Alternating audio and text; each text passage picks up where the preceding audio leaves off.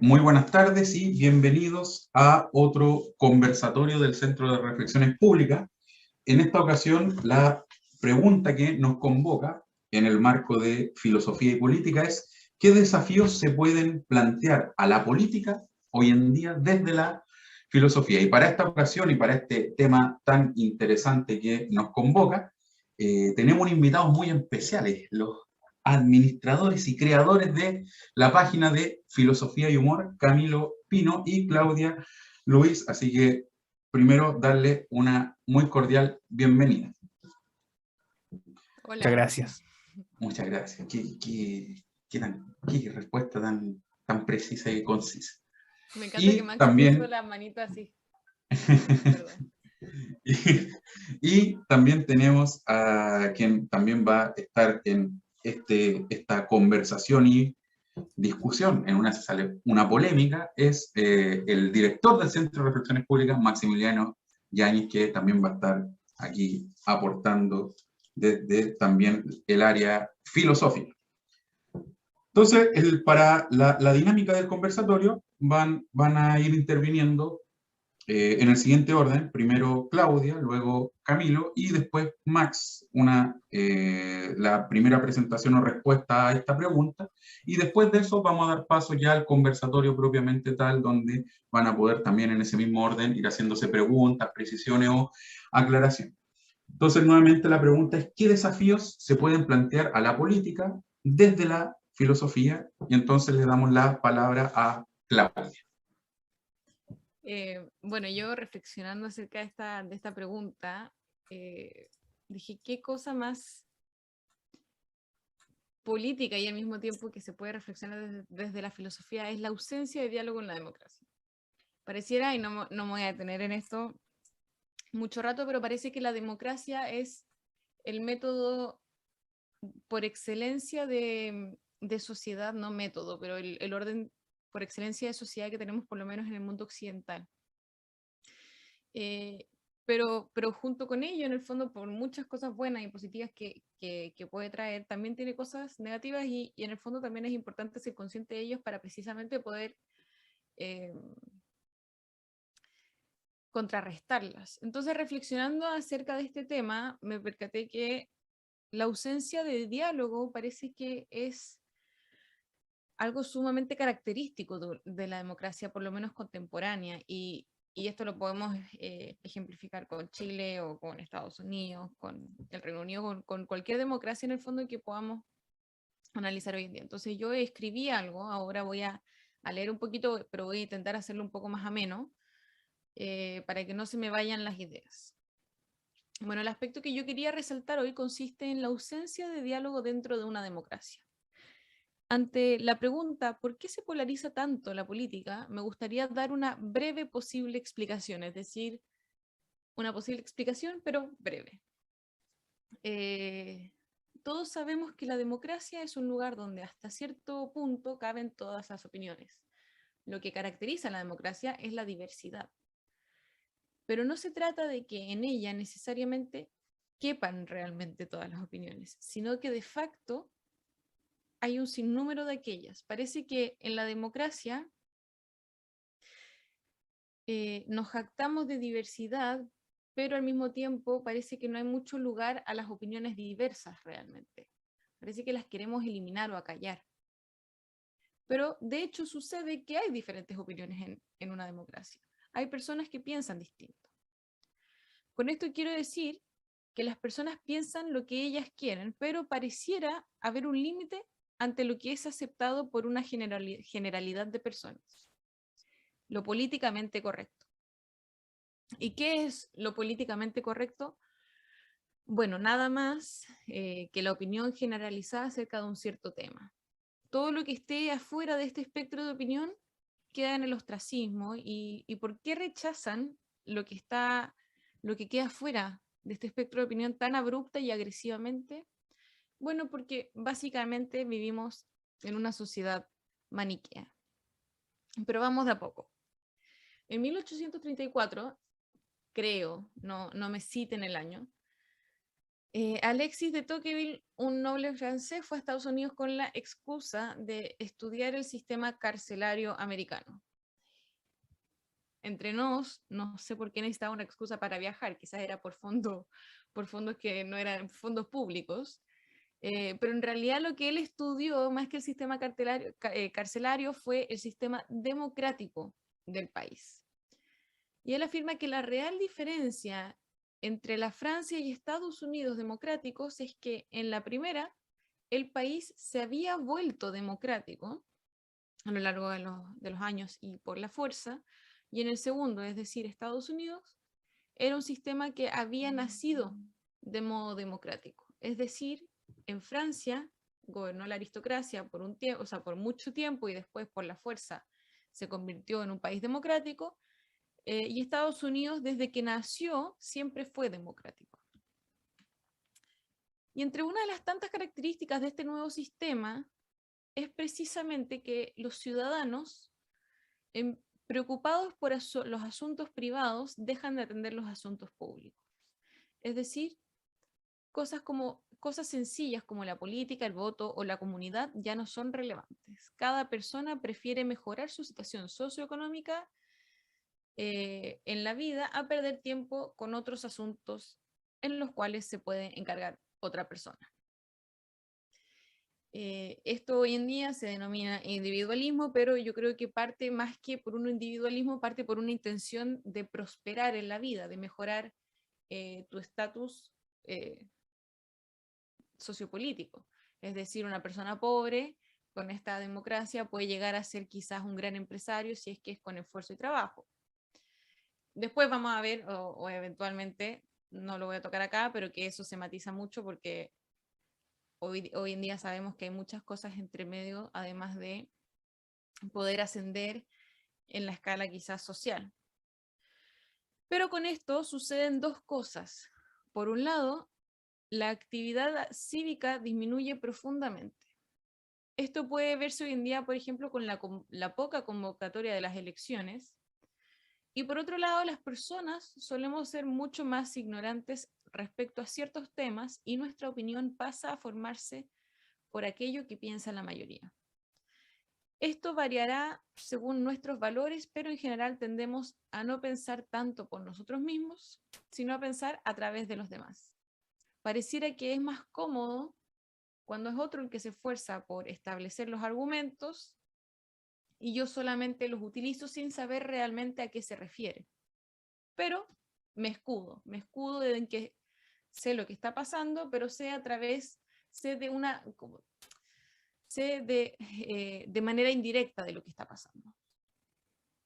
Y si al desinterés por la sociedad cívica propio de la democracia le sumamos este maniqueísmo creciente que se ha dado por las redes sociales, nos enfrentamos a una sociedad que no quiere dialogar. Y aquí aclararé dos cosas. Primero, que por redes sociales no me refiero exclusivamente a las redes sociales, sino que pareciera que es una tendencia también propiamente democrática, pero las redes sociales definitivamente han aumentado este maniqueísmo. ¿Y qué es el maniqueísmo? Bueno, para aquellos que no lo sepan, fue una corriente filosófico-religiosa que surgió alrededor del siglo III, el año 250 por ahí, y una de las principales características, y sin duda una de las más notorias, fue considerar que hay un bien y un mal entitativos en el mundo. Es decir, hay cosas buenas y hay cosas malas, y no hay entremedios. Si situamos esta premisa en esta época contemporánea, tenemos que hay actos buenos y actos malos. Y creo que es un consenso más o menos común afirmar que todos actuamos en base a lo que creemos que está bien. En este sentido, cuando alguien realiza actos o piensa de un modo distinto a mí, es fácil decir que es malo en contraposición a lo que yo estoy haciendo, que es bueno. Y aquí toco un poco el tema de las redes sociales, porque esto se ayuda este maniqueísmo tiene mucha ayuda de los algoritmos de redes sociales, donde solo muestran lo que yo quiero ver y cómo quiero verlo, precisamente para que permanezca más rato en cualquier red social. Por ejemplo, Instagram me va a mostrar Por ejemplo, si yo fuera a Palestina, me va a mostrar más videos pro Palestina y cómo los israelitas son lo que son en el fondo, y si yo soy judío, probablemente me va a mostrar una versión opuesta. Entonces, cuando terminamos uniendo estos dos puntos, es decir, el maniqueísmo versus esta indiferencia hacia los asuntos públicos propia de la democracia, quedamos en una sociedad, con una sociedad profundamente fragmentada y con ausencia de diálogo entre las personas que piensan diferentes. ¿Por qué? Bueno, básicamente porque somos intolerantes. No nos damos cuenta de que nosotros también somos intolerantes. Perdón, me equivoqué, es decir, porque el resto es intolerante, pero nosotros no nos damos cuenta de que nosotros también somos intolerantes. Para poder construir una sociedad democrática propiamente tal, una sociedad que se construye a través de las diferencias y que dialoga y que negocia entre las diferentes posturas que hay en ella, tenemos que realmente ser conscientes de este desafío y dejar de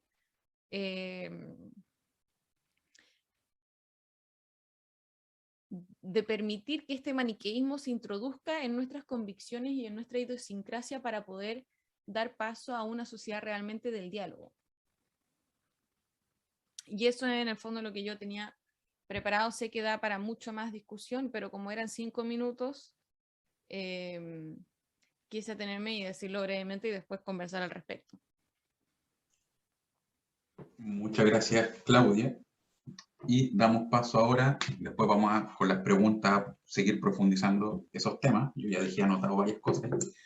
Y le damos paso a Camilo Tocayo para que también exponga lo que haya estado reflexionando también respecto de esta pregunta sobre si los desafíos que puede plantear a la política la filosofía. Adelante, Camilo. Invitación, muchas gracias a todo eso. Bueno, denme un segundo, estoy poniendo acá un reloj para cuánto me demoro. Y efectivamente, gracias a la pregunta que nos convoca el día de hoy, la pregunta es un poco, ya, ¿qué podemos decir desde la filosofía a la política? ¿O qué pregunta o qué elemento relevante podemos enunciar? Cosa de que, no sé si la palabra es nutrir el pensamiento político, quizá para muchos políticos sea hacer una zancadilla, porque muchas veces las preguntas filosóficas no vienen a resolver cosas, sino que a causar más problemas. Yo creo que va un poco por ahí. Y el día de hoy quiero mencionar una en particular que varios filósofos han enunciado en las últimas décadas. Yo creo que cada vez tiene más protagonismo en el debate actual, pero como todos sabemos, la filosofía, lo que a veces se piensa en la universidad, se demora varios años en pasar un poco a la sociedad en general. Y esto un poco el problema que yo llamo de la comunidad, que esto lo estuve leyendo hace muy poco, le estaba repasando la ética a Nicómaco y me saltó a la cabeza un poco este tema, el problema de la comunidad. Primero, ¿por qué es relevante? Como que yo desglosé un poco mi intervención en una serie de preguntas. ¿Por qué es relevante el problema de la comunidad? Porque muchos de nuestros problemas sociales actuales de la política radican en el concepto de individuo o de cierto modo remiten estrictamente a la relación del individuo con el Estado, el individuo con la sociedad, el individuo con el poder político, como ustedes quieran verlo. Entonces, está generalmente la idea de que en la actualidad todos los problemas remiten un poco al individuo. El problema de la identidad, el problema de la libertad, el problema de la seguridad, etcétera. Siempre es individuo versus Estado, por ejemplo. Y lo otro es porque hay toda una política de la identidad que Mark Leland lo enuncia en uno de sus libros. También otro libro muy interesante sobre este tema que es The Call of the American Mind. Y nosotros de a poco en Latinoamérica nos hemos visto afectados justamente por todo este tema de que, por ejemplo, la universidad sea una cápsula donde nadie le haga daño a nadie, donde ciertas lecturas sean prohibidas, etcétera. Y todo, aunque no lo parezca a primera instancia, también es un problema sobre la individualidad, sobre el individuo respecto de la comunidad, por así decirlo. Es simplemente una versión mucho más dura, más hardcore del concepto de individuo, que es el tema de la identidad en específico. Entonces, ¿de dónde viene el problema? El problema viene que la filosofía, para así decirlo, moderna, filosofía política moderna, el concepto fundamental de la sociedad es el individuo, desde que se establece el problema del estado de naturaleza, que es el Hobbes, Locke, Rousseau y otro tipo de pensadores. Si se fijan, la estructura fundamental siempre va a ser el individuo, y el correlato último de toda la política moderna es el tema del individuo. Y para bien o para mal, la política moderna es justamente del individualismo. Justamente el sistema de mercado, un sistema de cierto modo individualista, porque se basa en ciertas premisas de Locke, por así decirlo, que también acepta más o menos esta tesis de que lo último, como lo más analítico en un sistema kantiano, es decir, el último eslabón que podemos conocer sucintamente debería ser el individuo. Y lo propio de nuestro mundo que nos toca vivir nosotros ahora es justamente la profundización en la individualidad. Esto que algunos llaman la modernidad tardía, no es solamente de individualidad, sino individualismo estrictamente dicho. Entonces, ¿cómo podemos abordar los problemas relacionados al tema de los individuos? Yo digo, y justamente por esto yo hablo del tema de la pregunta por la comunidad, es qué rol juegan las comunidades en el discurso político. Muchas veces también en la política actual, que también es individualista, hemos hablado acerca de las comunidades intermedias, el rol de las empresas, el rol de las instituciones, etcétera. Pero yo no me refiero justamente a esas entidades que, por ejemplo, cuando uno piensa en Locke, cuando Locke define, por ejemplo, qué es una comunidad religiosa, qué es una iglesia, dices la suma de individuos. Sigue siendo más o menos una pregunta acerca del individuo, pero esta es justamente una pregunta acerca de la comunidad como un ente del cual se desprenden específicamente ciertos derechos y deberes o responsabilidades. Eso es lo interesante del asunto. Entonces, para esto, yo lo estaba pensando mucho desde un acercamiento aristotélico, que es justamente donde estos autores que estaba comentando, como McIntyre, por ejemplo, por tomar a alguien del mundo anglosajón, enuncia de nuevo el problema de la comunidad. Entonces, ¿qué ganamos desde esta perspectiva? Como les dije, la modernidad empieza con el problema de la individualidad, el problema del sujeto como referente del problema político, y en Aristóteles, obviamente no es el individuo el puntapié de la sociedad, porque para Aristóteles la comunidad es connatural al individuo. Por eso en Aristóteles no hay una pregunta así como el estado de naturaleza, no hay una retrotracción hasta este momento previo a la sociedad, porque Aristóteles dice, mire, somos como, no sé, los perros siempre andan en manada, podría ser, o las abejas, por así decirlo. Somos de ese tipo de animales que viven en comunidad. Entonces, la pregunta por el individuo, o cuál es la naturaleza del individuo, o la naturaleza presocial del ser humano, carece de cierto modo de sentido, por lo menos para Aristóteles. Y por eso para Aristóteles el concepto de comunidad es fundamental, porque nosotros nos hacemos en sociedad. Entonces, en la polis, la comunidad es sustancial para la reflexión política, no es posterior, no es algo que limite la libertad del individuo, sino que es justamente donde se realiza la teoría más o menos aristotélica. Entonces, por eso la introducción del problema de la comunidad, o que reflexionemos nosotros qué es la comunidad, viene a echarle un aire muy importante a las reflexiones políticas o los problemas políticos contemporáneos que parecían reducirse al individuo-estado, o individuo-comunidad, o individuo-sociedad, o individuo-universidad, perdón, justamente acá el problema de la comunidad. Voy a mencionar simplemente un ejemplo para que quede más claro y como para ir terminando, el ejemplo de la meritocracia, que ahora se discute mucho. La meritocracia que ha tenido un lugar privilegiado generalmente en las reflexiones liberales, las reflexiones individualistas generalmente en el mundo contemporáneo, como uno de los ejes por los cuales hemos, por ejemplo, salido de la pobreza, muchos tipos de personas, en la actualidad está siendo muy criticado. Pero como el problema de la comunidad viene a echarle un poco luz al asunto, porque parece que para cierto grupo de política, en especial los liberales más clásicos, atacar el concepto de la meritocracia es atacar la idea de las capacidades del individuo, por ejemplo, de salir por sus propios méritos, por ejemplo, la pobreza. Y que parece que cualquier tipo de alternativa a la meritocracia es siempre, por ejemplo, una política de la masa, por ejemplo, una política en que el individuo se vuelve un medio para un fin, por ejemplo, el medio para los logros del Estado, para el logro de un partido, etc.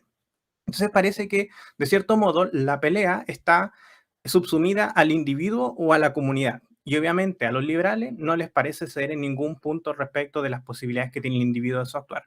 Pero cuando ingresamos el problema a la comunidad aristotélica, empieza a aparecer algo muy interesante, que justamente la comunidad nos puede dar respuesta a este problema, porque como el individuo no es la pieza última de la sociedad, sino que es la comunidad, podríamos decir que sin, de cierto modo, dañar al individuo, sin ir contra su dignidad o su libertad, podemos entregar o podemos dar restricciones a las posibilidades del individuo. Por ejemplo, cuando uno aborda temas como si deben estar los domingos los cines abiertos. Un ejemplo bastante simple. O temas relacionados, por ejemplo, qué queremos nosotros como comunidad. O si qué tenemos que hacer con temas como el ecologismo. Podemos restringir, o un problema muy evidente para nosotros, podemos restringir el uso de bolsas plásticas en los supermercados. Para muchos liberales, obviamente, sería algo que atentara contra la libertad misma de los individuos y su derecho a usar bolsas si quieren o no. Pero la pregunta, ¿qué discurso tenemos si no queremos caer en un estatismo para poder aceptar la idea de que no debemos usar, por ejemplo, bolsas de plástico, justamente Aristóteles echa una luz diciendo, sin caer en una especie de estatismo, sin caer justamente en estas otras teorías que están en el otro extremo, y sin dar el brazo a torcer y sin criticar específicamente la línea liberal, la comunidad tiene un valor muy importante, la comunidad tiene un valor que no se puede ceder porque es donde nosotros vivimos, donde nosotros nos hacemos, donde nosotros, por así decirlo, nos realizamos, y por eso nosotros como individuos no podemos pasar a llevar, por ejemplo, los intereses o los beneficios de la sociedad. Como les dije, todo esto solamente lo podemos entender en una clave aristotélica. Y por eso yo creo que es un poco el elemento que puede entregar últimamente la filosofía a la reflexión política, la pregunta por la comunidad, como decía. Entonces, para cerrar un poco el ejemplo, cuando nosotros decimos efectivamente no tenemos que usar bolsas de plástico o tenemos que hacer ciertas acciones o llevar a cabo ciertos proyectos de carácter ecológico, muchas veces vamos a ver que esos proyectos parecen, de cierto modo, atentar contra el individuo. Esto lo quería un liberal más extremo.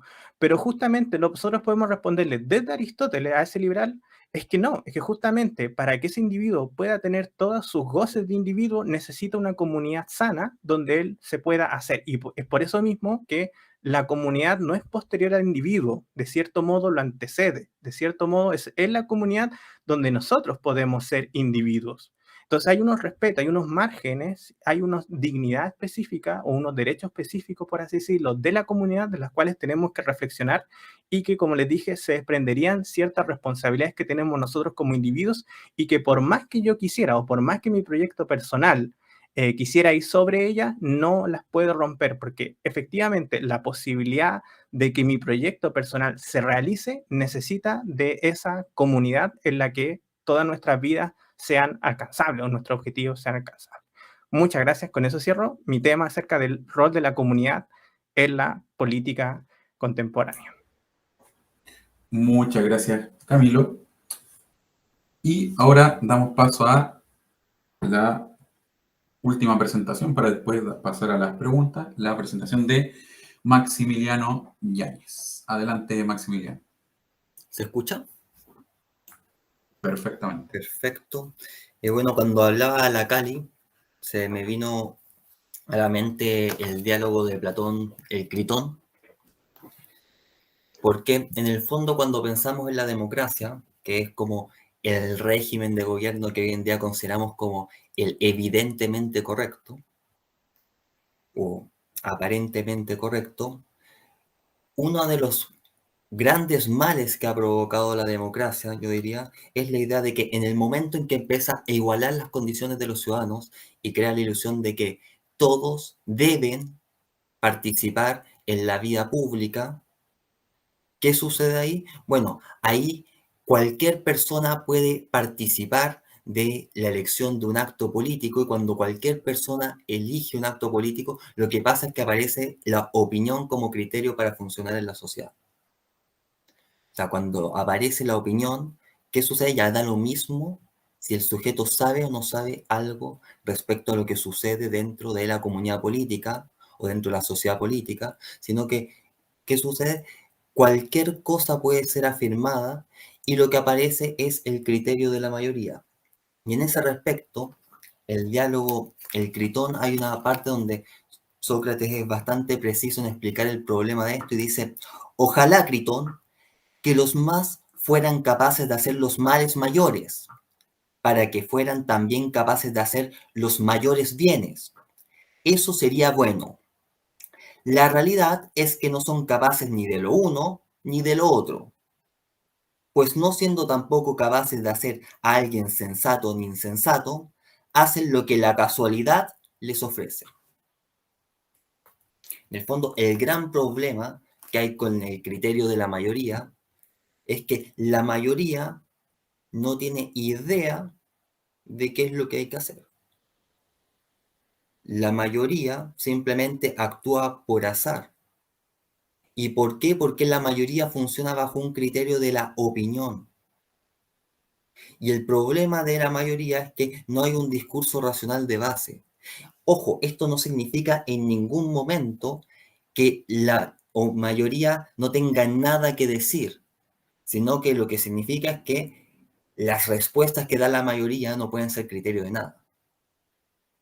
sea, en el fondo podríamos decir, en los movimientos del 18 de octubre, evidentemente la gente vio un problema en la sociedad y se movilizó en torno a ese problema. Pero vayan a preguntarle a esos 2 millones o 3 millones, no sé cuántos millones que marcharon, por qué está marchando, presionenlo un poco y pregúntenle qué es un derecho humano y ánimo con conseguir una respuesta.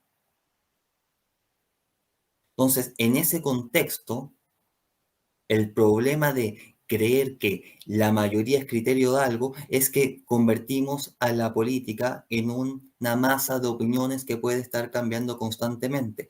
Pero la mayoría se puede equivocar, como también puede estar en lo correcto. Por lo tanto, lo que hay que hacer, y estaría de acuerdo con lo que dice la Cari, es volver al diálogo, ¿no? Pero un diálogo donde ofrezca justamente un conjunto de discursos racionales que nos permita discutir sobre cuáles son los bienes que deben estar en la comunidad política. Porque cuando perdemos la noción de un bien dentro de la comunidad política, cuando ya no podemos hablar de bien y mal, bueno, ánimo con sacar algo. Es más, si no podemos hablar de bien y mal, ya la ética, ni la justicia, ni la política, todo pierde sentido, ¿no? ¿Para qué vamos a discutir qué es lo mejor? Si el bien y el mal ya carecen de sentido. Entonces, el gran problema que tenemos hoy en día es el problema en que no nos damos cuenta que en la base de todo discurso político debe haber o se presupone un discurso racional y lo que hay que hacer es evidenciar cuál es ese discurso racional y si ese discurso racional nos va a poder llevar a lo que muchas veces en filosofía política se llama una vida buena. Entonces, lo que yo diría, que intentaría más tarde hablar sobre eso, es el problema que hay en las sociedades contemporáneas en funcionar bajo una lógica del populismo. Porque cuando funcionamos bajo lógicas populistas, bueno, ¿qué sucede? Ya no hay mucho más que discutir sobre cuáles son los bienes que hay que conseguir en la sociedad. Y el problema es que constantemente estamos buscando rescatar bienes en la vida social. Y con esto cierro. El gran problema, dicho de otra manera, sería creer que existe una neutralidad moral dentro de la sociedad, pero la neutralidad moral realmente nunca existe. O sea, cuando yo digo el Estado no debe intervenir en el derecho de la mujer a decidir sobre su cuerpo, bueno, ahí hay una posición moral específica en la parte del Estado cuando decide no intervenir. ¿Cuál es esa decisión moral específica? Esa decisión es lo que prima, el principio de moralidad que prima es la autonomía y por lo tanto ese va a ser el principio que va a ser defendido. Por lo tanto, la neutralidad moral, que en última instancia sería lo que se trata de defender, es siempre una posición moral específica. Y como la neutralidad moral es siempre una posición moral específica, bueno, entonces, ¿qué hacemos? Busquemos cuáles son aquellas posiciones morales que vale la pena defender, si es que siempre estamos defendiendo o presuponiendo una posición moral. Y no caigamos en esos juegos infantiles de defender la opinión de la mayoría simplemente porque son una gran cantidad de personas, porque la mayoría se puede equivocar. Eso simplemente para pasar a la discusión. Muchas gracias, Maximiliano. Entonces, ahora pasamos a el momento de las preguntas, intervenciones, precisiones que tenga que hacer cada uno de ustedes y partimos con Claudia. Mi primera pregunta, más que pregunta, quizás es una observación, y en concreto quizás acá en Chile, respecto al desarrollo sostenible. Esto es para Camilo, por cierto.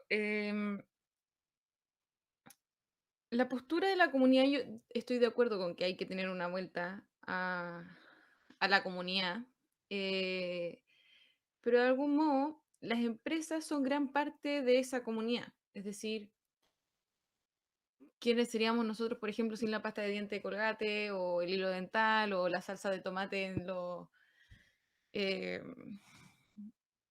en estos doy pack que no son reciclables, por cierto? Y parece, con tu ejemplo en el fondo de las bolsas desechables que se eliminaron en el fondo a los individuos, parece que el Estado prefiere ponerle estas restricciones más fuertes a los individuos y a las empresas parece que las deja salirse mucho más con la suya, es decir, ante la ante el impacto que podrían tener en el fondo estos cambios quizás hacia un desarrollo más sostenible, el Estado parece que prefiere en el fondo coartar un poco más la libertad de los individuos, que por cierto ya venían haciendo un gran trabajo o por iniciativa propia, y a las empresas parece que continúa dejándolas salirse con la suya. Con esto me refiero, por ejemplo, a el típico ejemplo de el antigrasa que viene en el paquete ese con el spray, que se compra una vez, ese paquete sí es reciclable y el repuesto de ese paquete viene en un doy pack que no es reciclable. Entonces parece que hay un greenwashing, como se llama, para hacer creer al consumidor que efectivamente está haciendo algo quizás más amigable con el medio ambiente cuando en realidad no lo está haciendo. Mi pregunta en concreto, y dejando de lado esta introducción, es: ¿cómo crees que se podría solucionar este problema de la comunidad, incluyendo conscientemente a las empresas dentro de esta comunidad que en estos momentos está en una crisis medioambiental sumamente importante? Y si crees en el fondo que quizás lo que estoy diciendo es un poco absurdo o bien tiene sentido, o sea, en el fondo me gustaría saber un poco tu opinión respecto a eso. Bueno, en la política moderna, justamente lo que en estas categorías de individuo-estado, por así decirlo, siempre apareció el concepto, por ejemplo, la sociedad civil, que hay muchos libros respecto a este tema, pero justamente también, bueno, todo el tema de ¿cómo diríamos? Las subvenciones, que también es un tema que se ha debatido mucho, especial antes de la del nuevo cambio constitucional y todo eso, que justamente cuál es el rol, por ejemplo, que juegan los privados, cuál es el rol que juegan las comunidades.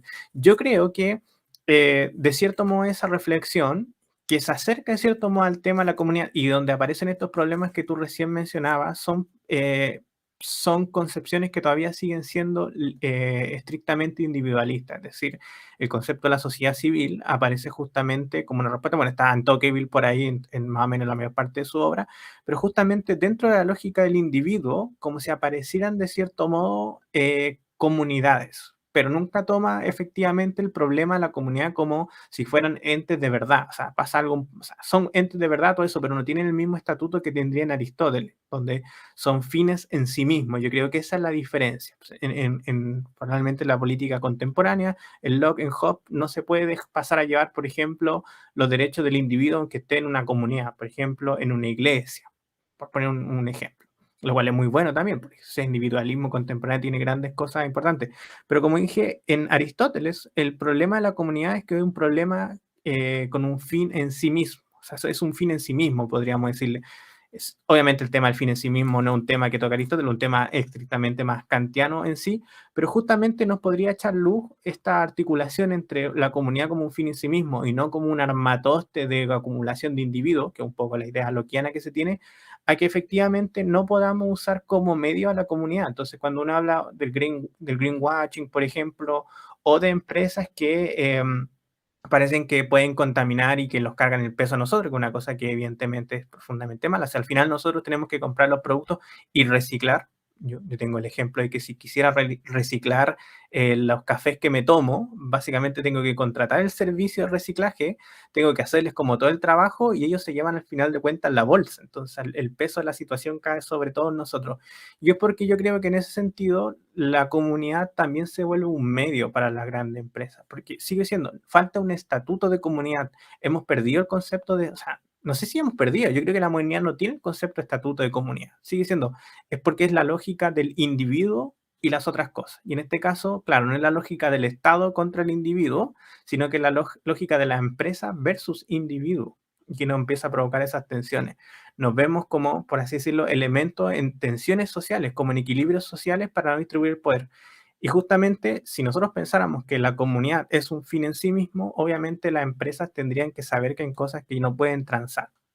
Es decir, eh, habrían, por así decirlo, políticamente hablando, habrían mayores, no sé si la palabra es incentivo, no sé si específicamente incentivo, pero mayores compromisos por parte de la empresa, no falseando más o menos la identidad, es decir, no vendiéndote algo más caro porque es reciclado o algo así, sino que efectivamente hay un compromiso verdadero de las empresas para, por ejemplo, reciclar, para, por ejemplo, hacer productos que puedan ser reutilizables y todo ese tipo de cosas. Pero sigo diciendo, eso pasa, o es muy difícil que pase hasta que se recupere un sentido de comunidad. Y para eso, la dificultad al final de este asunto, y yo creo que lo más difícil, y por eso es simplemente una pregunta que está recién saliendo al debate, no sé cómo le va a ir, eh, es justamente pensarnos de un modo que en los últimos 400 años no los hemos pensado mucho, que es como que somos comunidad, que somos grupos de individuos, y que por mucho que la empresa o yo como individuo tengamos ciertos deseos de llevar ciertos proyectos a cabo y que pidamos de cierto modo a la sociedad que nadie intervenga en esos proyectos, más allá si es que yo quiero ser un cura o quiero tener un matrimonio con una persona de mi mismo sexo, más allá si yo quiero ser filósofo o quiero ser artista, eh, básicamente tenemos que saber que, o pensar que, en qué sentido que yo sea filósofo, o sea artista, o quiero ser cura, o quiero tener un matrimonio homosexual, en qué sentido eso afecta de un modo u otro a la comunidad. O sea, le entrega algo o soy respetuosa con ella, o por último, no la destruyo para que otras personas también puedan vivir sus proyectos personales. La empresa entonces en este caso tendría que justamente hacer una reflexión sobre eso.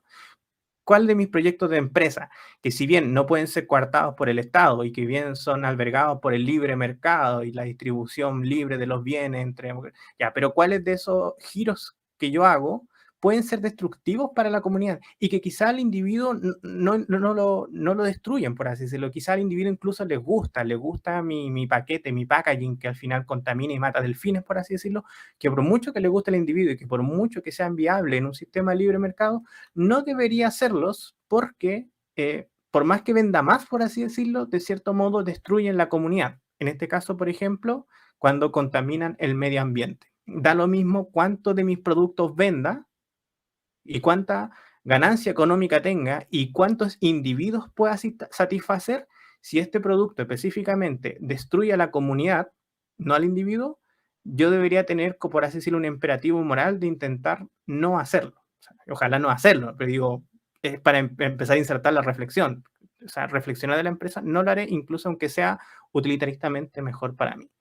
Sigue siendo, es un debate que todavía está en pañales, porque el argumento que tú usas también va del otro lado. Yo hablaba más o menos de individuo-comunidad, pero tú me pones empresa-comunidad y justamente tiene que pasar mucha agua debajo del puente para reflexionar esto. Yo creo que lastimosamente ante esta situación es probable que el mundo se acabe antes, o sea, con la velocidad de las reflexiones filosóficas, el calentamiento global no nos va a dar chance más o menos para llegar a la discusión que tú enunciaste. O sea, Claro, nos el faltan problema 100 es que años. tú dices tiene que haber mucha agua, o sea, tiene que pasar mucha agua bajo el puente. El problema es que ya no estamos ante el cambio climático, sino que estamos ante la urgencia climática que parece que ya es más o menos inminente. De todos modos, también tenía otra pregunta para Max, y con esto ya cierro mi tanda de preguntas. Tú dices, Max, que en el fondo la mayoría también puede equivocarse. Si bien estoy de acuerdo con esta afirmación, porque al final todos podemos equivocarnos, yo creo que en una sociedad democrática contemporánea es sumamente difícil ver dónde es que la mayoría se está equivocando y dónde es que la postura de la mayoría va en contra de la mía propia y me incomoda, o yo estoy en desacuerdo con esa postura. ¿Cómo crees tú que se puede discernir entre discernir cuando la mayoría está equivocada o cuando simplemente es algo que me incomoda a mí?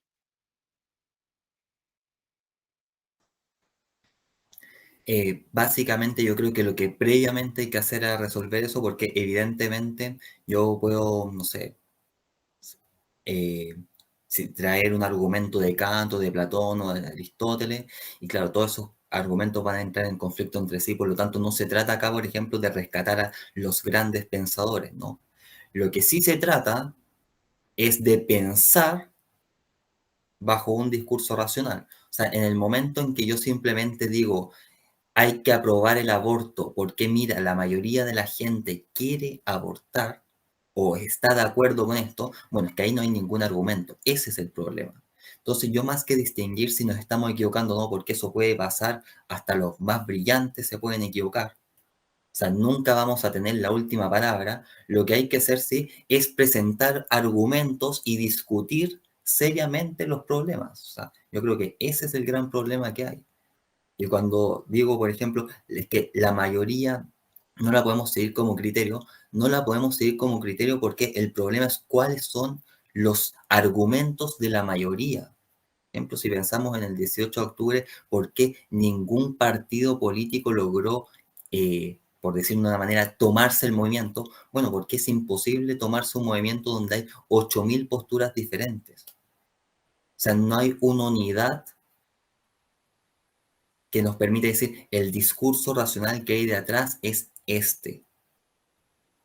Yo dudo también que existe un discurso racional para defender los problemas que evidencia el movimiento. Yo creo que el gran logro, por ejemplo, del movimiento del 18 de octubre fue que hay problemas que ya todos sabíamos que estaban, pero ya evidenció que los problemas no son problemas tan chicos como podríamos haber pensado. Ahora, lo que hay que hacer, justamente, yo creo, establecer condiciones donde se pueda empezar a dialogar y a dar argumentos. O sea, en el momento que yo simplemente planteo conclusiones como si fuera sabidas por todo el mundo y no argumento por qué o no muestro cuáles son los argumentos, bueno, difícilmente vamos a poder tener una sociedad en donde podamos alcanzar una vida buena, o si lo alcanzamos va a ser por pura suerte. Por lo tanto, en ese contexto, yo más que identificar si es algo que me incomoda a mí o si realmente estoy pensando racionalmente el argumento, yo diría, lo que hay que hacer es primero tener la discusión que yo diría hoy en día es prácticamente nula. Si bien a veces escuchamos ciertos intentos de argumentos en la política, o sea, podríamos decir, no sé, cuando el político Pepito dice que el embrión es vida, bueno, ahí hay un argumento filosófico. Ahí no hay ningún argumento filosófico, lo que hay es una premisa que esa persona no tiene ni la menor idea de lo que está afirmando. O sea, yo me la jugaría por decir que cuando dicen, por ejemplo, que es vida, más allá que tenga razón o no, no tienen ni la menor idea cuáles son los fundamentos de eso. Y eso trae un problema, porque, por ejemplo, si yo quiero discutir sobre el aborto y decir, ya, lo que hay ahí es una vida humana.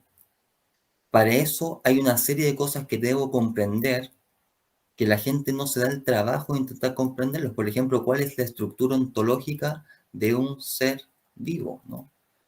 En el momento que yo afirmo, por ejemplo, la estructura ontológica de un ser vivo es que tiene materia, forma, acto, potencia, y por lo tanto a partir de estos 4 elementos puedo afirmar que lo que hay ahí sí es una vida por tal y tal razón. Bueno, si la persona no tiene ni la menor idea qué significa acto, potencia, materia, forma, y no sabe articular eso, bueno, difícilmente voy a poder defender mi postura. Y en el momento que no entiende mi postura, ¿qué es lo que sucede?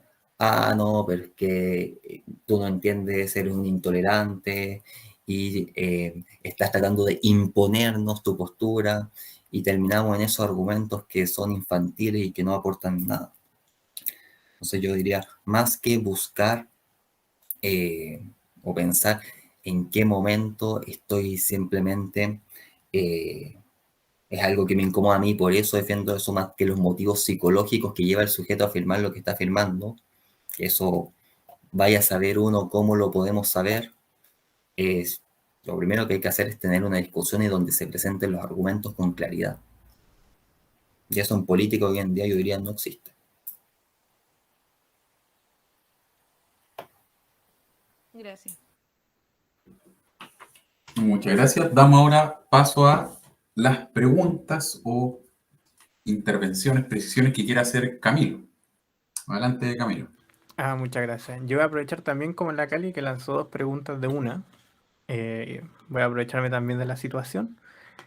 Y voy a hacer 2 preguntas relativamente cortas. La Cali anunció más o menos el tema del discurso, de la necesidad de discurso, todo eso que va muy relacionado también a lo que decía en este caso Maximiliano, la necesidad de discurso racional, él, y la Cali más o menos del discurso, pero, o no sé si un pero efectivamente Habermas le da mucha vuelta al asunto y él plantea que justamente la moralidad tiene que estar fundamental en lo que va a llamar como la ética del discurso, básicamente que nosotros podemos sentarnos a conversar y de esas conversaciones efectivamente pueden salir acuerdos.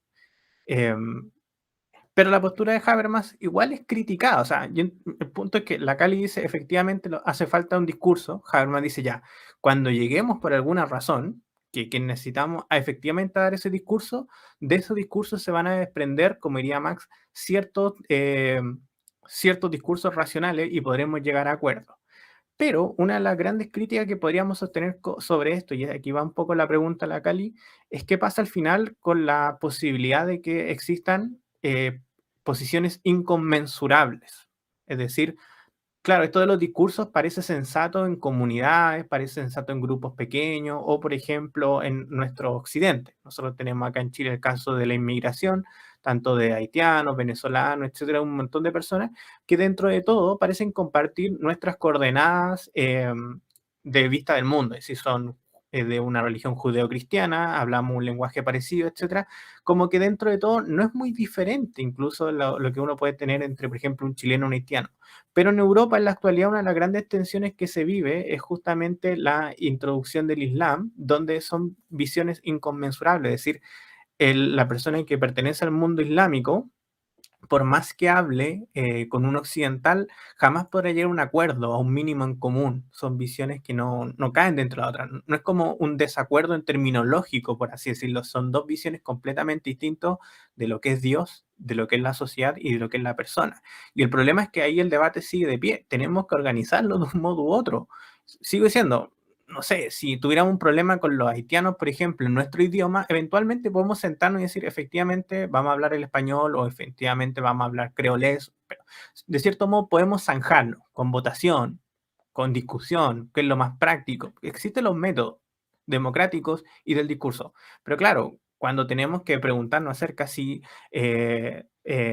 Mahoma es la verdad o Cristo es la verdad y cosas así, y cómo esa idea de lo que es la verdad va a regular nuestras relaciones políticas y sociales, parece un tema muy, muy complicado. No sé qué hacer en ese ámbito. Y por último, cierro con la segunda pregunta que va para Max y que también tiene relación, bueno, tengo varias también preguntas a Max, pero son en verdad preguntas a Platón, entonces no responsabilizo a Max de su respuesta.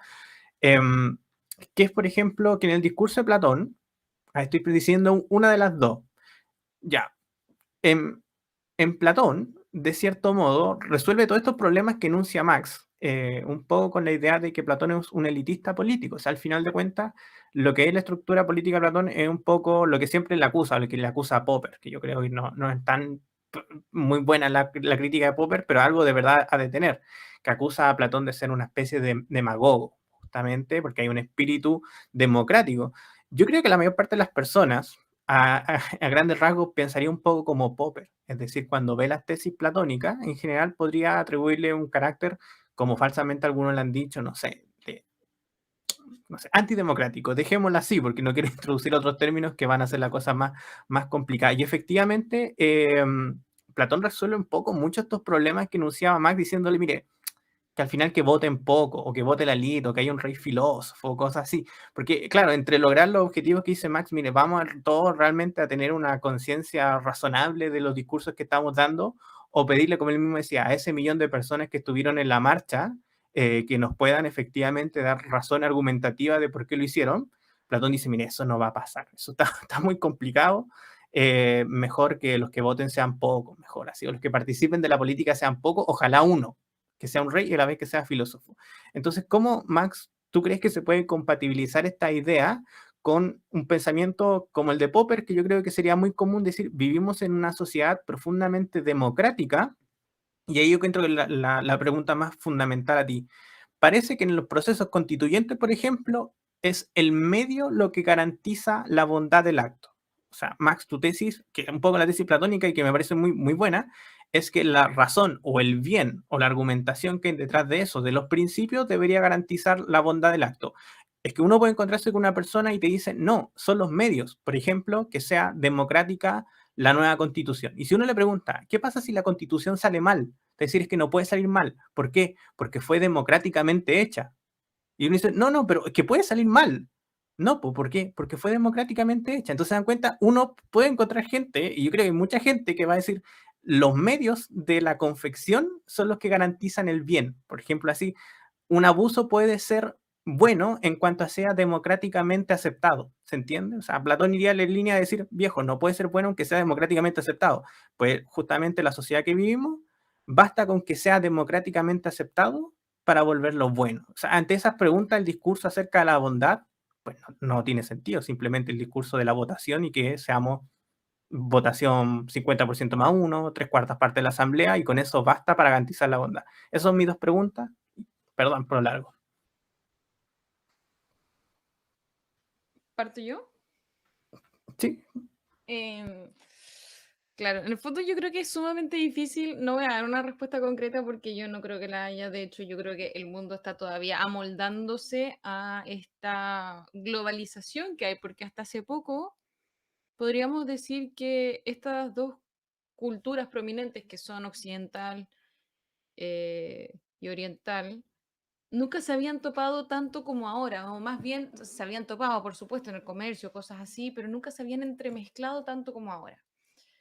Y no es que ahora se estén entremezclando tanto, excepto por lo que vemos en las noticias, que pasa, por ejemplo, en Afganistán, o en concreto con el problema de los refugiados en Europa.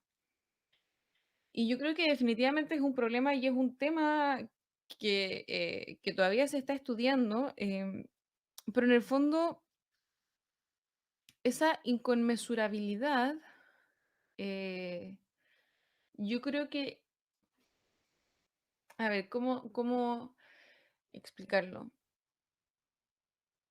Yo creo que efectivamente es inconmensurable hasta cierto punto, porque en el fondo, si es que tú tienes algunas mujeres musulmanas utilizando burkas, por ejemplo, o esto,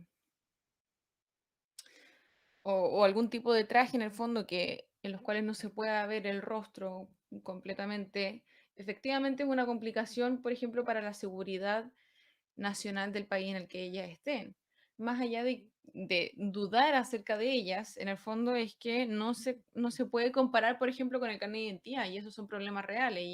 Y en Europa, los burka hoy en día se están prohibiendo en los colegios, también se está prohibiendo la libertad de expresión, precisamente para uniformar a la sociedad. Es decir, parece que es más fácil hacer conmensurable lo inconmensurable en la medida en que uniformemos a la sociedad y que no haya lo que la hacía tan rica, que era ser diversa y cosmopolita.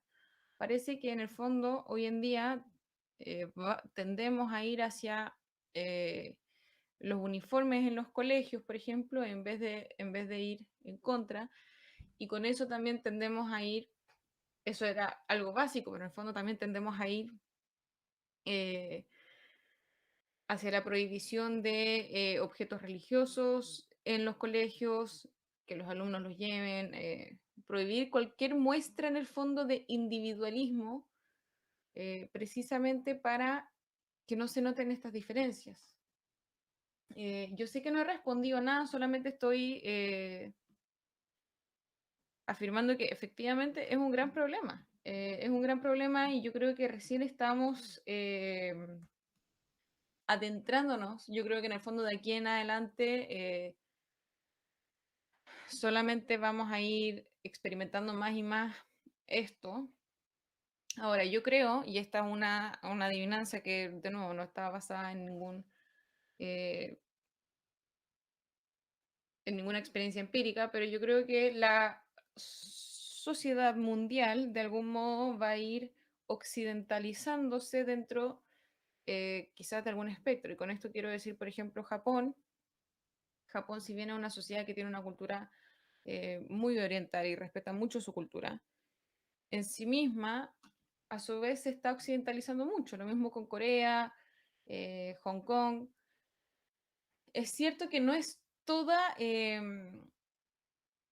no es todo el mundo asiático u oriental, pero sí yo creo que la cultura occidental es más cómoda en tanto que permite mayor individualidad.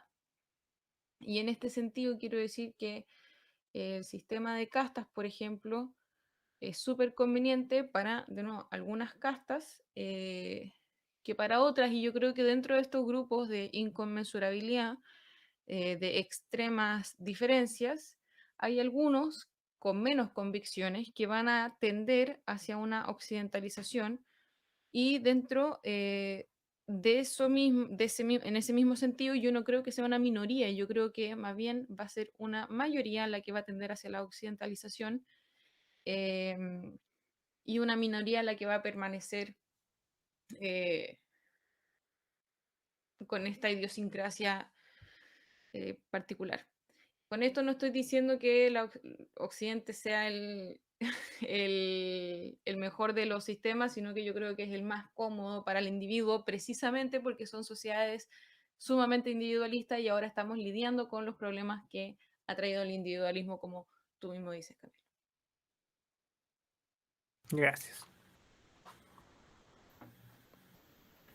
Bueno, respecto a la pregunta de Camilo, yo evidentemente estaría en la línea de Platón y Aristóteles, que Aristóteles yo digo va por la misma línea, o sea, Aristóteles, ánimo con que gobierne el pueblo, o sea, lo que diría Aristóteles, ¿qué tiene que ver al pueblo acá, no? Y yo diría en la línea, en el fondo diría, hay dos vías, o propondría dos vías para lograr algo como recuperar un diálogo que permita mejorar la comunidad en la que vivimos, y ambas son sumamente difíciles de conseguir. Una es mediante la respuesta cliché, que es la educación, entendiendo que la educación tiene que tener el foco en fortalecer la razón, y para eso necesita recuperar las humanidades, un papel que ha perdido completamente la educación, al menos acá en Chile. No sé cómo será en otras partes, pero acá en Chile las humanidades están prácticamente muertas. Porque cuando yo empiezo a pensar, por ejemplo, en qué es el bien y la justicia, bueno, eso es una tarea de la filosofía, y para eso previamente ojalá haya tenido clases de lenguaje para saber leer, porque si no llego a las clases de filosofía y no entiendo lo que leo, etcétera, etcétera.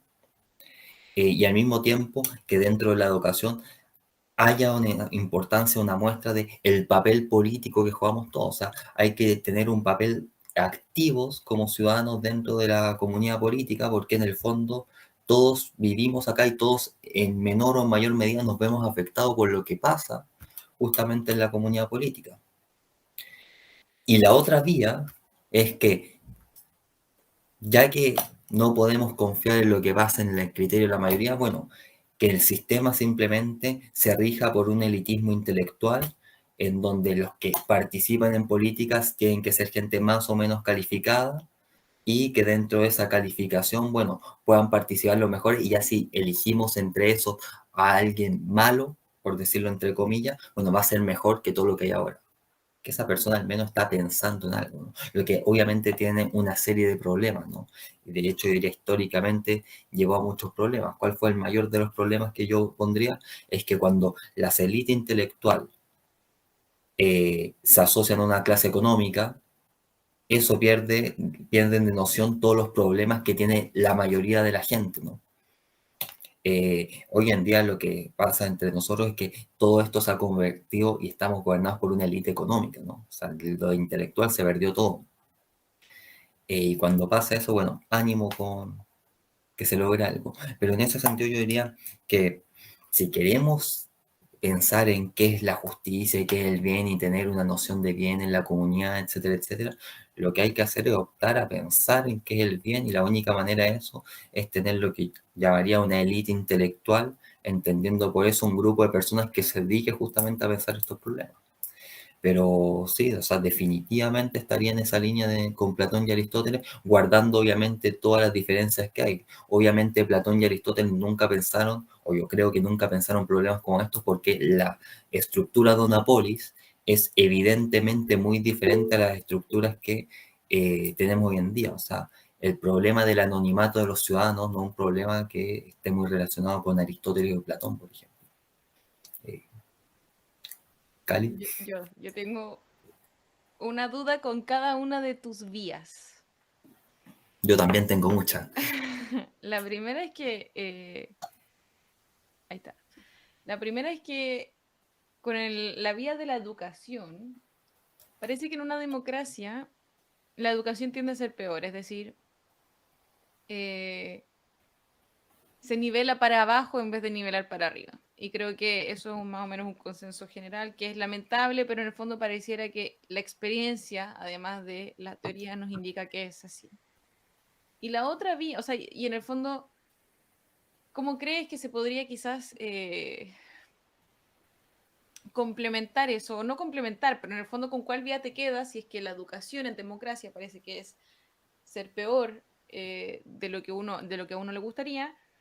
Y por el otro lado, con la otra vía, esta élite intelectual, ¿cuál es su legitimidad? Es decir, en un sistema democrático donde prima y donde están los intereses de la mayoría por sobre todo, y hay una élite intelectual que puede ser, es decir, no populista, ¿qué impide que esta mayoría no vaya a realizar, por ejemplo, un golpe de Estado de esta sociedad o de esta élite intelectual? No quiero decir que un golpe de Estado estatal, sino contra esta élite propiamente tal.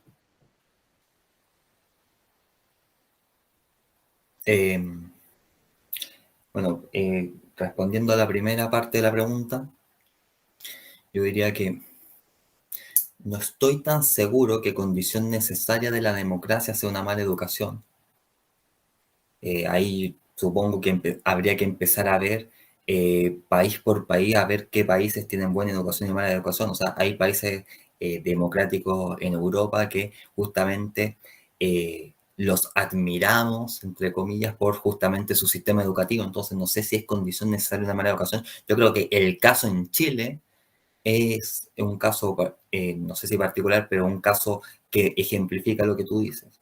Yo no sé si eso es condición necesaria de un régimen democrático. O sea, perfectamente tiendo a pensar que se puede mejorar la educación justamente manteniendo un sistema democrático. La pregunta es cómo, y eso depende de miles de factores, ¿no? Partiendo por ejemplo, la cultura. Por eso es tan ridículo copiar sistemas del extranjero, porque la cultura, por ejemplo, de Chile, cultura bastante particular, que hay que tener presente a la hora de establecer un sistema educacional. O sea, cuando vemos la educación en los colegios, o sea, la cantidad, no sé, siempre comentamos acá en Chile que los profesores tienen exceso de trabajo. Eso se soluciona simplemente eliminando todas esas reuniones donde te pueden mandar la información en un mail. O sea, ahí se mejora increíblemente la vida de un profesor, ¿no? Pero sin embargo hay que hacer las reuniones y reuniones donde te repiten algo que podrías haber leído la circular en tu casa, etcétera, etcétera.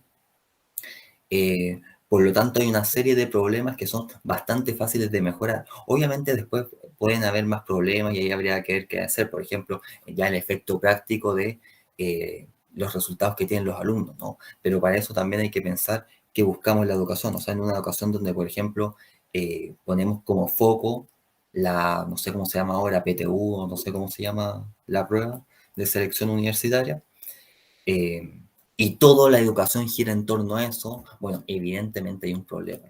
Sobre todo porque después dan esa prueba y se les olvidó todo lo que aprendieron para esa prueba porque memorizan la información y después la escuchan. O sea, ahí evidentemente hay un problema en la educación y yo creo que son problemas que se puede mejorar cambiando el foco de la educación, por ejemplo. O sea, ya que el foco no sea la PSU y poner el énfasis en otra parte. O sea, ahora yo hago clase en un colegio y veo a los alumnos estresados estudiando en una prueba que para entrar a una carrera, en que quizás después se den cuenta al año de la carrera que no era lo que querían estudiar.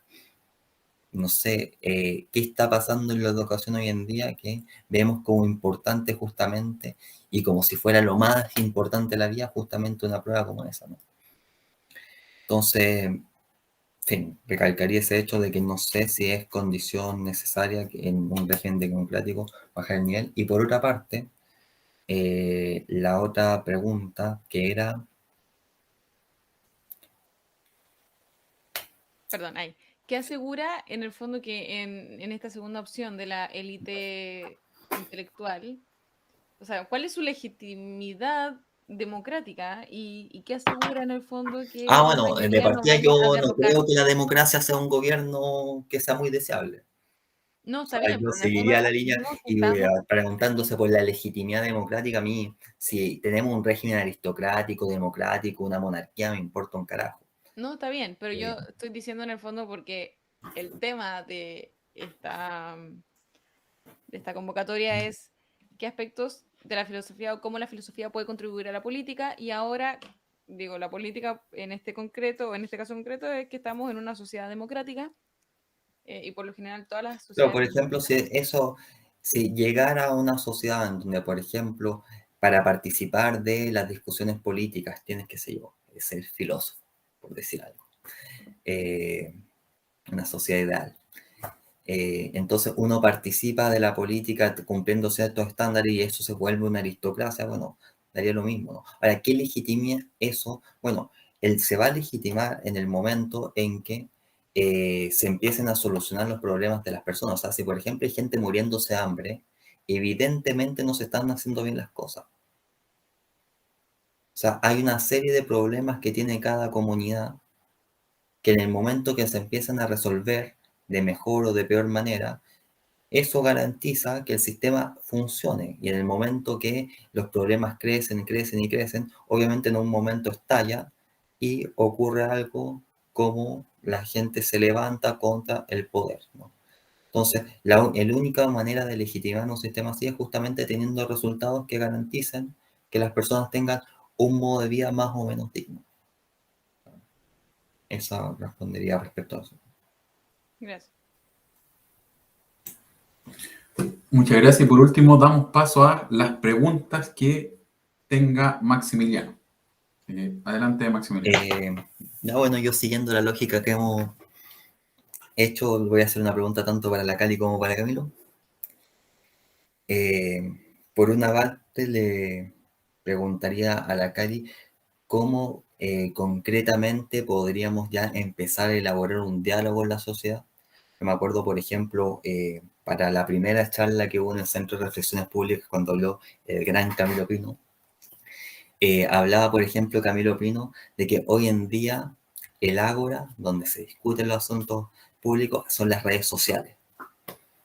Entonces, en esa vez, no sé si Camilo seguirá de acuerdo con esa idea, pero esa vez, por ejemplo, Camilo proponía las redes sociales como un medio para incentivar la reflexión. Por ejemplo, filosofía y humor funciona en esa línea, ¿no?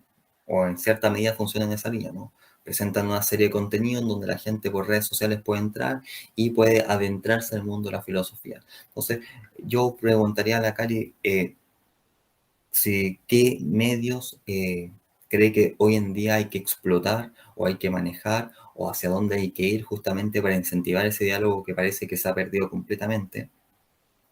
Y por otra parte, cuando hablaba Camilo Pino de la comunidad, esta vuelta a la comunidad, yo me acordaba, por ejemplo, de esa distinción de Ferdinand Antionis entre comunidad y sociedad, en donde la comunidad se caracteriza justamente por esos vínculos preexistentes que nos mantienen unidos a todos, mientras que la sociedad se caracteriza por ese fin libremente elegido, que hoy en día podríamos ponerlo en términos más contemporáneos diciendo, esa es la discusión que hay entre liberalismo y comunitarismo, o sea, justamente entre defender un bien específico, que cada uno elija su propio bien y cada uno, en el fondo, lleve ese modo de vida que él desee. Y en esa línea yo le preguntaría a Camilo, si hay que volver a la comunidad, ¿cuáles serían esos vínculos preexistentes que tienen que haber. Dicho de otra manera, lo que tiene que rescatarse es, por ejemplo, una cultura, una tradición particular, la lengua, la vestimenta, o tenemos que ir por otra línea y encontrar esos vínculos preexistentes, por ejemplo, en un bien específico, o en un conjunto de bienes específicos que nos definan, y a partir de eso defender un grupo de bienes específicos que sean inamovibles dentro de la sociedad, que es, por ejemplo, lo que hace Aristóteles y Platón, que buscan en la naturaleza humana cuáles son los bienes que nos corresponden por naturaleza, y eso es lo que debe justamente defender la justicia, que justamente yo diría que el cambio del idealismo justamente dice, darle un poco lo mismo, lo que encontremos en nuestra naturaleza humana, la justicia tiene que ordenar la sociedad con independencia del bien. Entonces, en esa línea le preguntaría, ¿cuáles son los bienes o cuál es el bien que debe tener esta comunidad o esta vuelta a la comunidad? Marcando así justamente la diferencia con una sociedad. Eso. Ya parto yo, asumo. Yo creo que hay varias cosas para incentivar, o sea, hay varios aspectos para incentivar el diálogo dentro de una sociedad. No estoy diciendo que sea fácil, pero sí creo que es posible llegar a una especie de consenso. Por un lado, yo creo que las redes sociales, como dijo Camilo Pino en esa charla, son sumamente útiles para polarizar, pero también son sumamente útiles para culturizar y para aprender. Eh, Divulgar información yo creo que es sumamente importante, cualquier tipo de información, pero en el fondo a la gente que está cómoda revisando el teléfono, y me incluyo, nos es mucho más asequible información cuando quizás nos da flojera ir a leer los libros y no lo vamos a hacer. Primero porque quizás no sabemos dónde buscar y segundo porque también flojera, no hay la sensación por lo menos de tiempo para poder dedicarse a estudiar un libro. Pero por otro lado, las redes sociales sí pueden servir como instrumento y con redes sociales en estos momentos estoy diciendo Instagram, Facebook, YouTube, webinars. O sea, yo creo que incluso nosotros cuando tenemos que arreglar algo ponemos cómo arreglar tanto en YouTube y nos aparecen un millón de resultados y hemos extraído mucha información útil de las redes sociales. Lo que sí creo es que quizás en estas élites intelectuales hay una poca pasión por la divulgación, y en este sentido creo que es algo muy academicista y bastante snob, porque de alguna manera requiere que esas personas bajen y academicen el contenido o la información para gente que quizás no sabe nada, o gente que quizás sabe algunos términos, pero no está instruida. Entonces creo que en este sentido la divulgación y la transferencia de información es sumamente importante y para eso creo que las redes sociales pueden ser sumamente útiles. Esto no quita el problema de los algoritmos, que efectivamente yo creo que siempre va a estar, pero de alguna manera la gente que calza con tu algoritmo o los hashtags, etcétera, sí puede llegar y aprender, tener más información en el fondo para su disposición. Y por otro lado, yo creo que hay que tener claro dos cosas. Uno, vencer la frustración que puede ser hablar y conversar y tener que negociar con alguien cuyos pensamientos pueden ser completamente opuestos a los míos y cuyos valores pueden ser completamente opuestos a los míos. Y que muchas veces podemos pensar que son opiniones inconmensurables en el sentido de que si ponemos a una persona sumamente creyente, por ejemplo, y religiosa, hablado de una persona atea e individualista, por ejemplo, no, en estos momentos no quiero decir si hay uno bueno o uno malo, en estos momentos me da lo mismo, pero lo que quiero decir es que puede parecer que esas dos posturas efectivamente son intransigentes o inconmensurables entre sí. Y por esto hay que tener clara la segunda situación. En una negociación, para que sea una buena negociación o para que sea un buen negocio, hay que tener claro que ninguna de las dos posturas sale 100% conforme Es más, siempre tienen una gota de incomodidad o desconformidad. Y en este sentido, en eso consisten las negociaciones. Y una democracia, un diálogo y un consenso no es otra cosa que un negocio. Un negocio no en el sentido, de nuevo, o sea, supongamos un ejemplo en el sentido económico de la palabra, pero en el fondo es construir y tejer entre dos posturas o más que son diferentes y poder construir algo en común.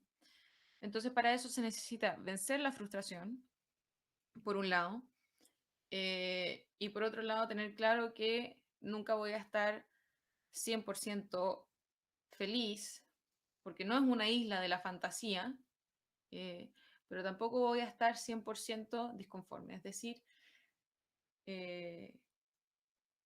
elegir las batallas y por otro lado también ver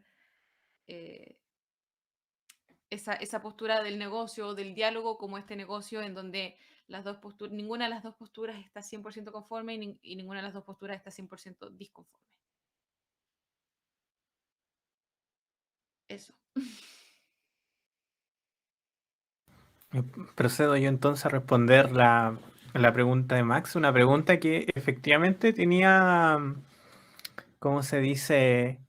Notaba de cierto modo hacia dónde se dirigía un poco la reflexión, cuando decía, claro, las últimas décadas es justamente la instauración del debate que se llama liberal comunitarista, que yo creo en filosofía está dando mucho que hablar para los que interesan los temas de la filosofía política, aunque como también contaba, en el ámbito público no es tan evidente, no se está dando, pero hay ciertas instancias que está apareciendo. Y efectivamente, dentro de esa pregunta aparece lo que Max comentaba, justamente esta tensión entre comunidad y sociedad y justamente qué es lo que define más o menos estos bienes. Y él también en su pregunta introdujo, claro, ¿qué será aquellas cosas que, por ejemplo, están en la naturaleza humana aristotélica? Y justamente le dificultaba por ese ámbito, es decir, Aristóteles, de cierto modo, define cuáles son esas cosas que como comunidad tenemos que salvar en razón a una naturaleza humana. Y hay dos dificultades, o varias dificultades. La primera, una dificultad interna de Aristóteles, que es que Aristóteles define naturaleza humana análogamente a lo que él hace en sus libros de física. Es decir, cuando él habla de acto y potencia y de que la semilla se transforma en árbol y todas estas cosas que están en la física aristotélica, de cierto modo la traslada a su ética y su política, entonces está esa diferencia entre el ser humano como es y el ser humano como podría llegar a ser. Es decir, el paso de la potencia al acto que se ve en la física es de cierto modo la estructura de la moralidad en Aristóteles, cómo somos y cómo podríamos llegar a ser si cumplimos con la virtud, lo mejor de nosotros mismos, etcétera, etcétera. Entonces, la dificultad que tiene Aristóteles es que justamente basa su teoría moral, su teoría ética, en sus postulados biológicos metafísicos. Entonces, una postura podría ser de cara, es carísima. Carísima porque, claro, basta con simplemente mostrar que en la física Aristóteles está errado como para saber que en su sistema ético es inconsistente. Y por otra parte, también tendríamos que lidiar con tensiones contemporáneas, por ejemplo, con la idea de que no existe una naturaleza humana y también como que existen diferentes tipos de naturaleza humana. Es decir, si Aristóteles está fundamentando su idea de comunidad en cómo define el ser humano, basta con que estemos en desacuerdo con lo que Aristóteles opina que es ser humano para ya tener objetivos completamente disímiles de lo que es una sociedad. Por lo mismo, dentro de las soluciones que se han dado a este asunto, aparece el concepto de, por ejemplo, las prácticas. Las prácticas, es decir, vienen a reemplazar un poco lo que es las virtudes, porque la virtud efectivamente tiene un lugar, pero con la naturaleza humana aristotélica. Entonces, ¿qué es esto? ¿Cómo virtudes sin ser virtudes? Y por estoy pensando específicamente en un comunitarista como McIntyre, llama las prácticas. ¿Qué son las prácticas? Son como virtudes sociales que no necesitan anclarse en una especie de naturaleza humana, pero que son ciertas, por así decirlo, costumbres, prácticas, relaciones que tienen las comunidades entre ellas y que consideran valiosas por sí mismos. Estoy pensando en una comunidad que para ellos el fútbol sea una cosa profundamente importante y que por eso ellos decidan que el fútbol es un fin, por así decirlo, en sí mismo y que no se debería desvirtuar. No se deberían vender los equipos, no se debería hacer trampa en los juegos, cosas así. ¿Por qué? Porque es un bien en sí mismo apreciado por la comunidad de manera tal que no sea supeditado, por ejemplo, al libre mercado o al individualismo o a cualquier postura contemporánea. Es una de las soluciones. No es de las mejores soluciones tampoco, porque los autores comunitaristas que sostienen más o menos esto de que al final lo que tenemos que rescatar, que es la pregunta específica de Max, que son ¿qué rescatamos de la sociedad? Y queda justamente el concepto de comunidad, las prácticas que tenemos en común los grupos humanos y que de cierto tipo de grupos las consideramos como algo que son bienes en sí mismos. El problema es que al final de la argumentación, que no voy a reconstruir ahora por falta de tiempo, obviamente, y por falta de conocimiento también, y especificidad en el tema, tenemos que rechazar de cierto modo todos los postulados universalistas. O sea, esa es la consecuencia final de todo este asunto. O sea, ¿cómo recuperamos comunidades? Lo que pasa es que comunidad y globalización no van de la mano.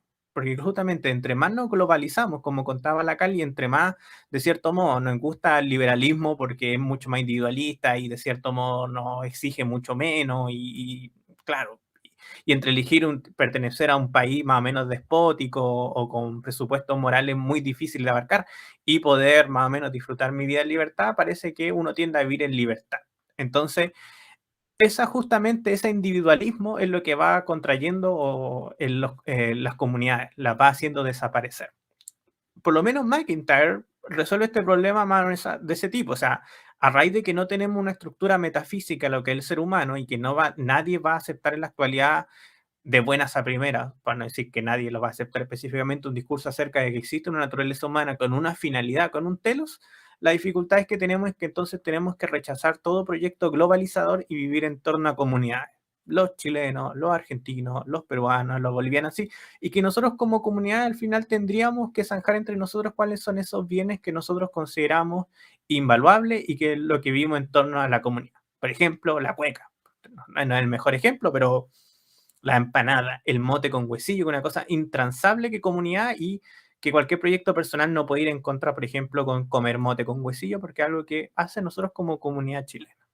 Justamente las críticas que van a tener estos pensadores, que justamente van a pensar que la sociedad en la que vivimos son de cierto modo como estos grupos, como se dice, como conventos, como se dice, como conventos medievales, así como unas sociedades que dentro de sí mismas puedan contenerse con su propia comida, sus propias virtudes y cosas así. Y también otra dificultad muy grande que aparece justamente a esto es la incapacidad de universalizar las buenas costumbres, es decir, el problema del relativismo cultural.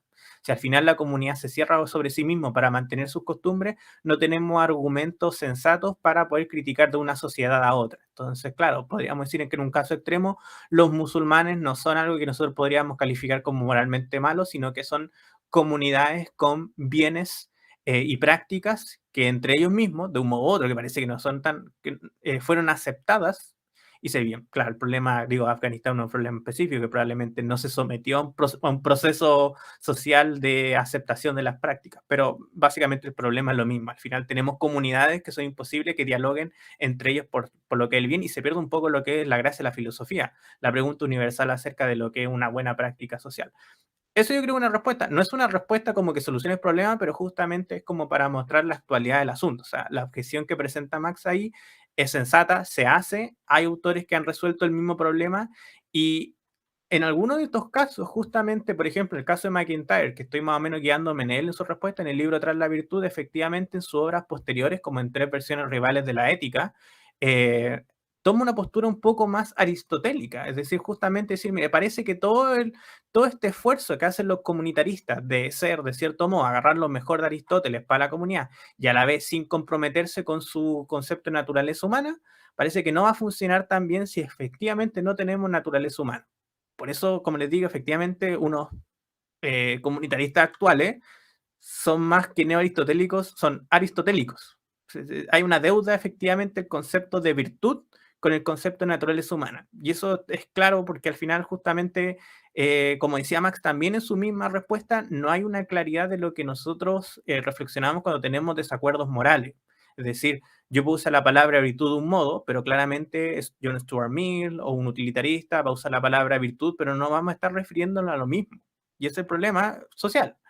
Tenemos un lenguaje que está desconectado específicamente de sus principios.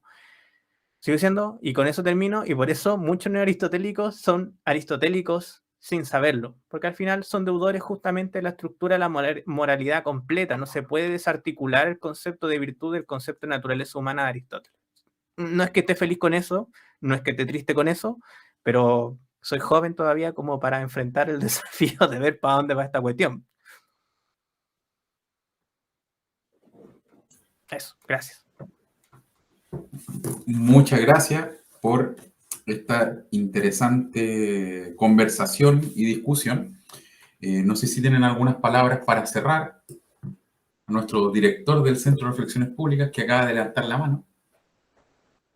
Sí, yo solamente quería agregar para cerrar, bueno, agradecer a Camilo y la Cali que hayan venido a conversar con nosotros. Y simplemente que cuando hablaba Camilo se me venía a la mente Michael Sandel, que cuando, claro, uno de los problemas que hay en estos autores comunitaristas es que no se suelen clasificar a ellos mismos como comunitaristas, y ante ese problema, Michael Sandel en Filosofía Pública, al final del libro, dice, bueno, si yo soy comunitarista, depende de qué modo entendamos el comunitarismo. Si lo entendemos como que hay que salvar un conjunto de tradiciones, bueno, yo no soy comunitarista, eso no me interesa. Ahora, si es que hay que salvar una concepción determinada, por ejemplo, de la persona humana, que es por ejemplo, lo que le critica en su libro Liberalismo y los límites de la justicia a Rawls. O sea, el libro Liberalismo y los límites de la justicia justamente es una crítica a la teoría de personas, y luego a partir de eso rescata el tema de la amistad y de los valores comunitarios, etcétera, etcétera. Dice, bueno, si hay que rescatar, y ahí iría al punto universalista, dándole el término de respuesta, bueno, ahí sí soy un comunitarista. Por lo tanto, también diría que hay una línea, como simplemente agregaría, hay una línea comunitarista en donde busca rescatar esos principios que podríamos llamar universalistas, en donde, por ejemplo, se rescata una concepción de naturaleza humana y no simplemente quedarse en las tradiciones o que la cueca y la empanada y cosas por el Claro. Por eso es muy curioso esto, porque Sandel, claro, al final la estructura aristotélica de la libertad, la dignidad humana, todo eso le hace mucho más sentido y le es mucho más útil en sus discusiones, porque con eso ya argumenta a favor de la dignidad humana sin tener que comprometerse metafísicamente. Y por eso la mayor parte de los libros y discusiones que le preguntan ya, ¿y cuáles son estas virtudes de la comunidad que se tienen que mantener? Y siempre responde más o menos, bueno, las que la comunidad elija a ellos y que por alguna manera se ordenen para rescatarla, dijo, pero no tengo así, claro, él no propone una serie de cosas que hay que rescatar, sino dice, mira, a mí me importa más o menos si entre la cueca y el Chocman y la negrita me da medio lo mismo, lo importante es que encuentre la sociedad una forma más o menos de ponerse de acuerdo respecto a eso. Claro, Sandel está en ese momento previo a las soluciones. O sea, lo que hace Sandel en toda su obra es justamente ver, bueno, acá hay un problema y cuáles son las tensiones de todo este problema. Claro, es frustrante, Sandel de hecho. Nunca propone yo diría que no se puede decir que hay una filosofía de Michael Sandel. Lo que hay es muchas críticas que hace Michael Sandel a distintos problemas que surgen en el liberalismo. Sí, es frustrante leer a Michael Sandel porque al final del día le preguntan ya, ¿y cuáles son esas cosas? Y siempre responde, bueno, las que la sociedad estime como conveniente. Es decir, ya, está bien. Bueno, eso. Esa fue mi intervención de la intervención de la intervención. Bueno, entonces, muchas gracias.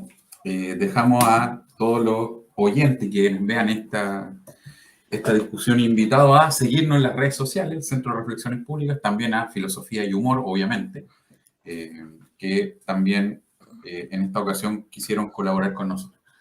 Entonces eso, nos estaremos viendo para otra ocasión en estos conversatorios o debates del Centro de Reflexiones Públicas. Que estén muy bien. Igualmente, muchas gracias por invitarnos. Sí, muchas gracias. Gracias a ustedes.